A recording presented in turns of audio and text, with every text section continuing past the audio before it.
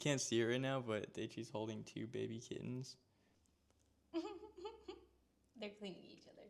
Here, the purr. They're starting to grow up now. They've been here for like the month, pretty much. They're growing. They're getting older and older.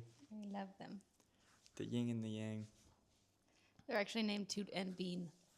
We're in Greece right now, so we always get. I mean, Greece has a lot of little kittens with cats everywhere. every spot that we rent comes with their own. Comes with their own Their cats. own little kittens or cats, yeah. Yeah, they're so nice. All right, so today, do a video on why two people can meet the same person and see completely different things.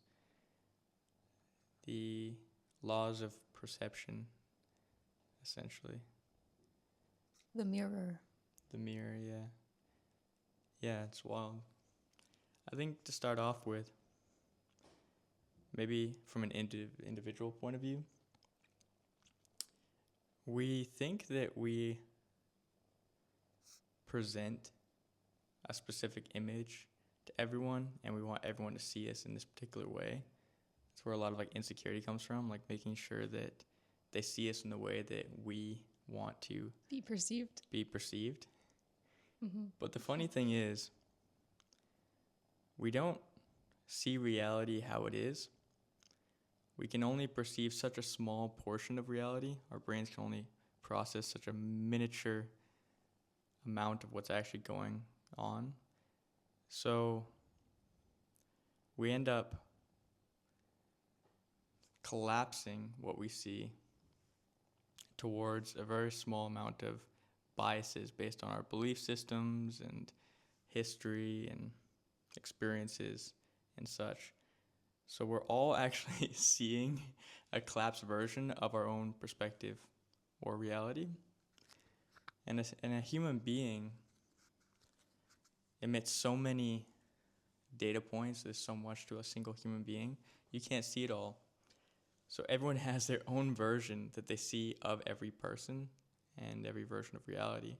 And so funny enough, we want somebody to see us a particular way, or everyone to see us a particular way, but everyone's collapsing a version of us in their own filtered lens or view that we are essentially mirroring a subset version to them, which is kind of wild. Right, exactly. And this was such a relieving thing to learn about because almost my whole life I cared about controlling how I was perceived for so long because I didn't want to be perceived in a certain way, in a negative way. And yeah, I felt like my wholeness came from how others thought about me or what they said about me. And that was a really big thing I had to break growing up, especially in my teen years. And being on social media was crazy for that because when you're on social media, you get comments. Everyone's perspective. Yeah, everyone's perspective of you. And it's like, it kind of makes you come to that realization when you create content, especially from a young age, because you either let all of the comments eat you up inside, like all of the negative ones, or the positive ones, and you take them on as all of them on as truth, but they all can't be your truth because there's just such an array of what people see in you. Yeah, everyone's saying something different. Somebody sees one thing, another person sees another thing, and they're like, how can they all be true? Right. And that's kind of wild. Yeah, and I think like something that honestly you get caught up in, especially when you're young and you're introduced to that in an early age, is like you don't know who you are, especially if who you think you are comes from the opinion of other people. Yeah, you're reliant on other people's feedback in order to tell you who you are or to show you who you are. You're waiting for their reaction, to respond to their reaction, to verify to yourself who you are. Exactly. Or they even mirror insecurities that you feel about yourself within, which is why some comments can be so hurtful if within you feel that way about yourself and a part of you believes that about yourself. So big lesson we had to learn very early on because it ate me up for a bit. Yeah, that's another crazy one that you mentioned there. Like a mirror that you can only actually see in other people what How you you have feel about or how yourself. you feel about yourself, because that's the only world that gets collapsed that you can view. You can't see outside of that realm.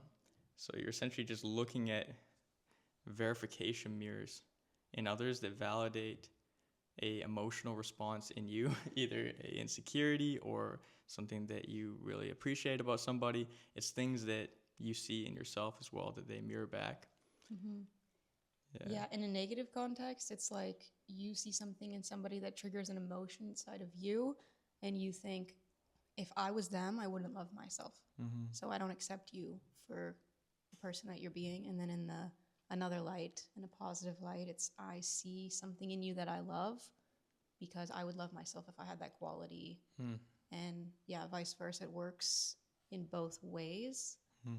And it's such a big thing to look at, especially when people around us are, well, like we think they're the ones triggering the emotions within and making us feel a certain Yeah, and way. then you get mad at other Or people. you You blame the get mad at the external mirror. world, yeah. Yeah. You try to fight the mirror, the Yeah. external world, but it's more you resist, the more it persists. And this lesson keeps coming up over and over and over again until you finally learn to come to acceptance with it. And to come to acceptance with it is to come to love with it.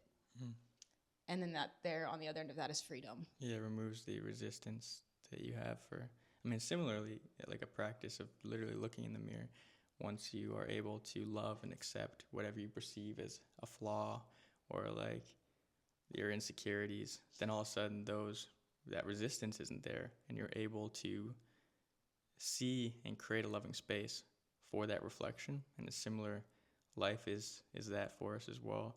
It's mirroring to us every possible angle to bring up every possible emotion on acceptance, and you can use that as a way to bring attention to what you don't have acceptance for, Mm-hmm. via things or situations that trigger you, that you see in other people. It shows you like, oh, whoa, I don't have acceptance there. Mm-hmm. Internally for that space in myself.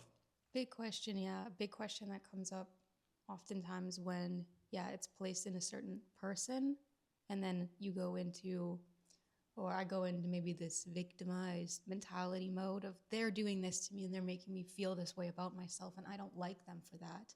Mm. And then allowing that to be expressed in a safe way, but then having the awareness to be like, okay, what is this reflecting internally inside of me? And what feelings are going on inside of me that are making me feel this way? Because nobody can actually really make and no you one feel can a do certain anything way. to, yeah, it's they can reflect something internally that is sitting there, but they can't cause you to be angry. That's an internal response or reaction to an environmental factor. Yeah. Crazy. Yeah, it is crazy. There's two concepts that I think are interesting. One being, I think I saw this via Dr. Hawkins as an interesting perspective on this. The idea that everything in life is there to present to you everything in you that needs love and acceptance. And so the entire external environment is there essentially as a flashlight to show you everywhere in yourself that hasn't been accepted yet. And if there's an area that hasn't been given full unconditional love, it will keep presenting itself over and over and over like a loop in different versions and varieties. Maybe somebody triggers you a certain way, and that makes you mad and angry, and you don't accept that. You have resistance to it. Well, then that situation comes up again, and maybe someone says the same similar thing that makes you angry in that way, and then again and again. And so until that area, whatever that's triggering or pulling up, is fully accepted within yourself, it'll keep presenting itself as a mirror. externally. And the second concept, which is really interesting, this one's much older, but Indra's net is a cool visualization where, because we are all mirroring each other, when one person does or performs the work of acceptance, it makes an impact on the whole. And Indra's net is this visualization of almost this giant web, and every point of the web has a little crystal that is reflecting every other crystal in the web. And when one crystal shifts just a tiny bit, then it shifts the reflection of every other crystal in the web. And it's kind of a beautiful visualization that our mirror, the outside world, other people, are acting as this reflective force to flashlight to you areas that are looking for love and acceptance.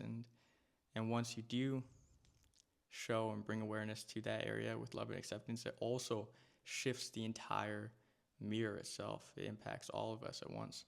You change yourself and you change the world. Yeah. Not the other way around. Yeah, which is, I guess, the idea of fighting in the resistance, trying to change the world through force and resisting it, fighting it, trying to force the change, versus this idea that by changing, accepting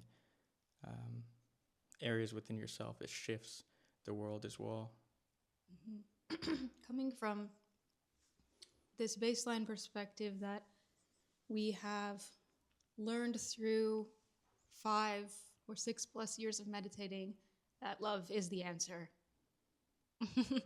And in that way, it's, if love is the answer, then having unconditional, I mean, you are unconditional love. That's what we learn through awareness and through meditation and through stepping outside of your programmed thoughts and feelings, is that you are already unconditional love, and shining the unconditional love on all of those parts of yourself and all those feelings and of those thoughts that are going on inside the body.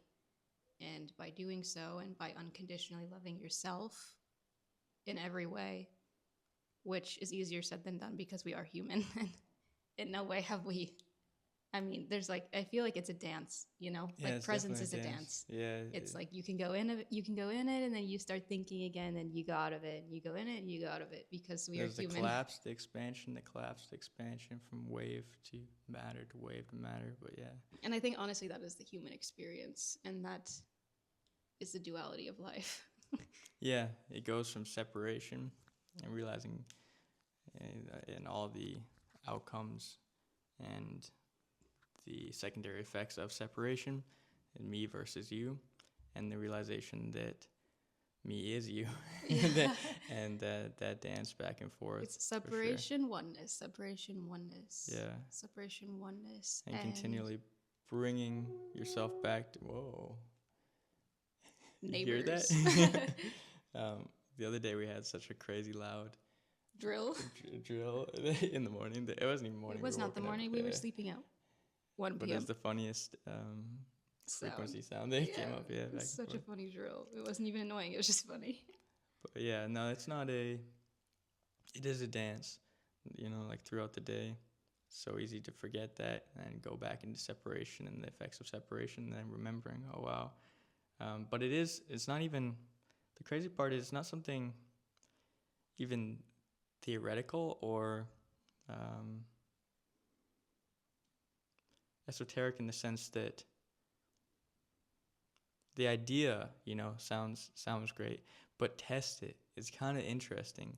Once you start to, just that perspective alone, treating life as the mirror, you know, there's all these different quotes from, you know, thousands of years ago from a variety of different sources, you know, like love others as yourself, and a variety of these other ones. Or, you know, if you want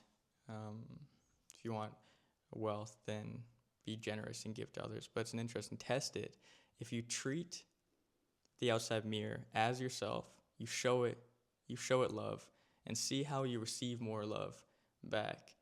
and you accept an area of somebody else in life, see how that acceptance like feedbacks back. It's got like to actually test it and apply it, because it's a crazy, wild shift once you start playing into that. And it's obviously it is a dance where you forget and then you remember, you forget, remember, but it is kind of a incredible shift to see in real time, that perspective that is reflecting your resistance or your love for that mirror. It's kind of wild.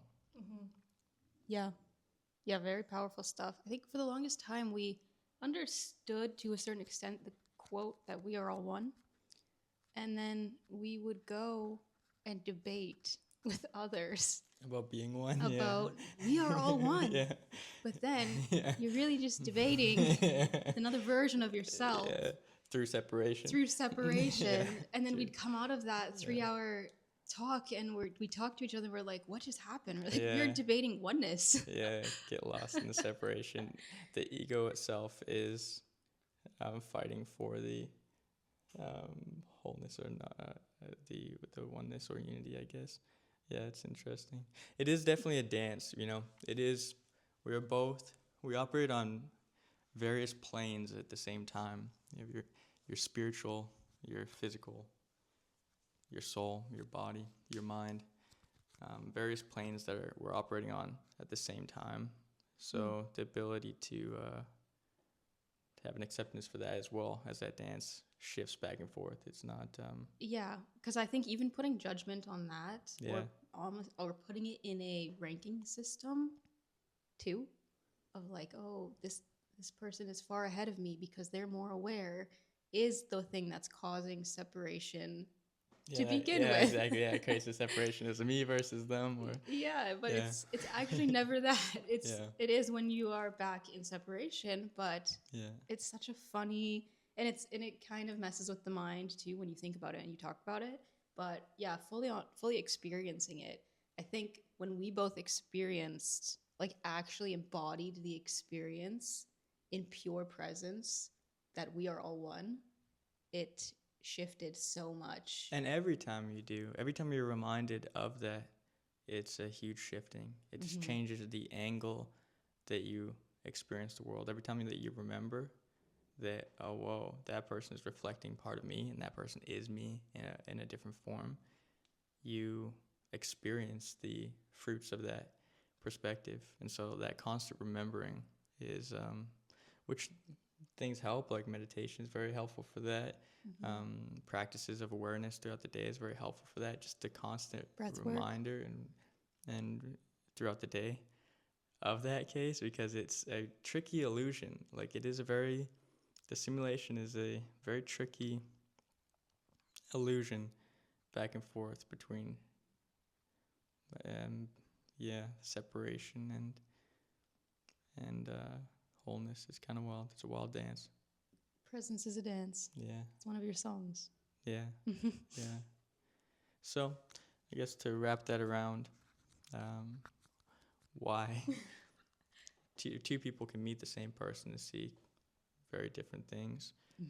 We are all living a reflection of our own minds, and balancing between separation and community or union, I guess. Yeah. Anything else you want to say on that?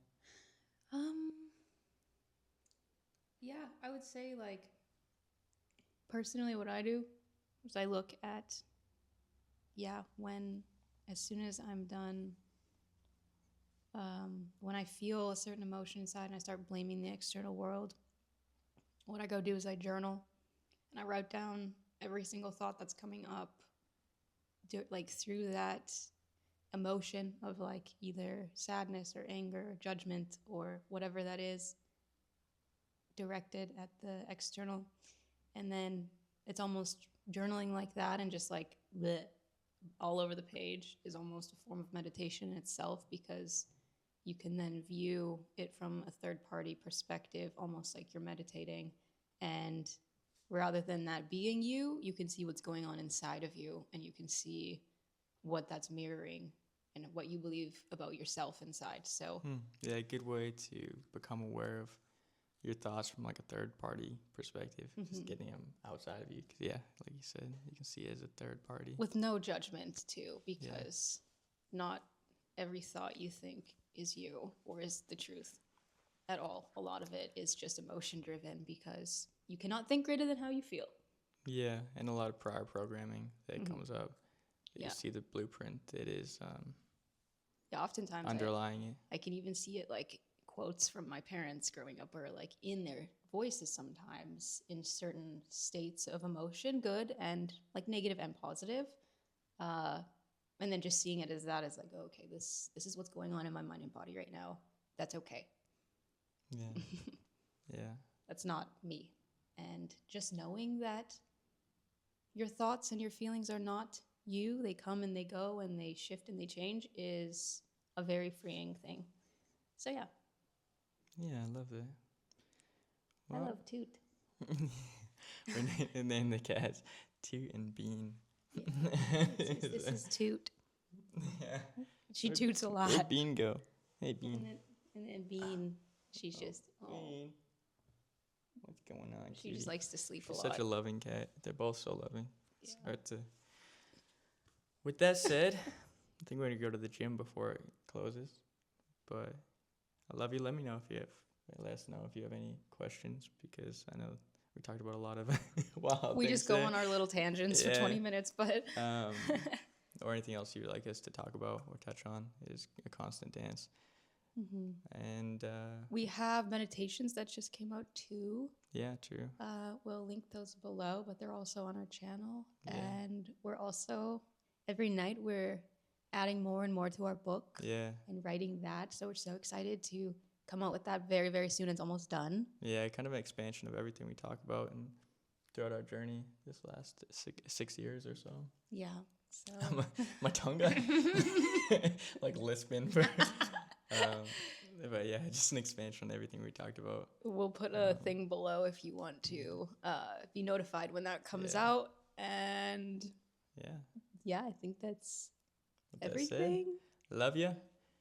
We'll see you soon. We love you. Goodbye. Adios. If you have any questions, let us know. Yes.